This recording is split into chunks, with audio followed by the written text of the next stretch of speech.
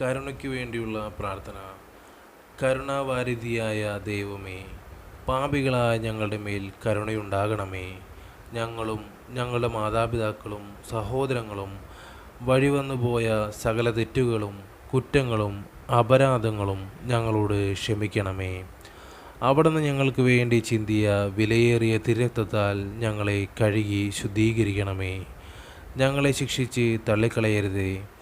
അങ്ങയുടെ സ്വന്തമായി ഞങ്ങളെ സ്വീകരിക്കണമേ.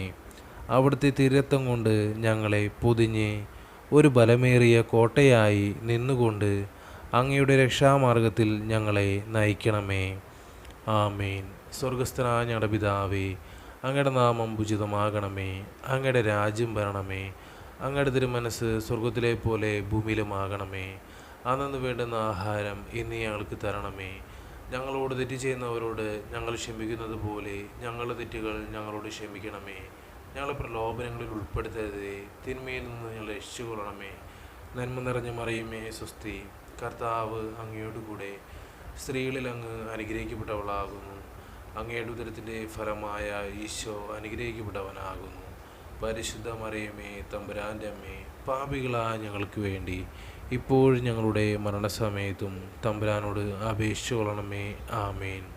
പിതാവിനും പുത്രനും പരിശുദ്ധാത്മാവിന് സ്തുതി, ആദിലെ പോലെ ഇപ്പോഴും എപ്പോഴും എന്നേക്കും. ആമേൻ.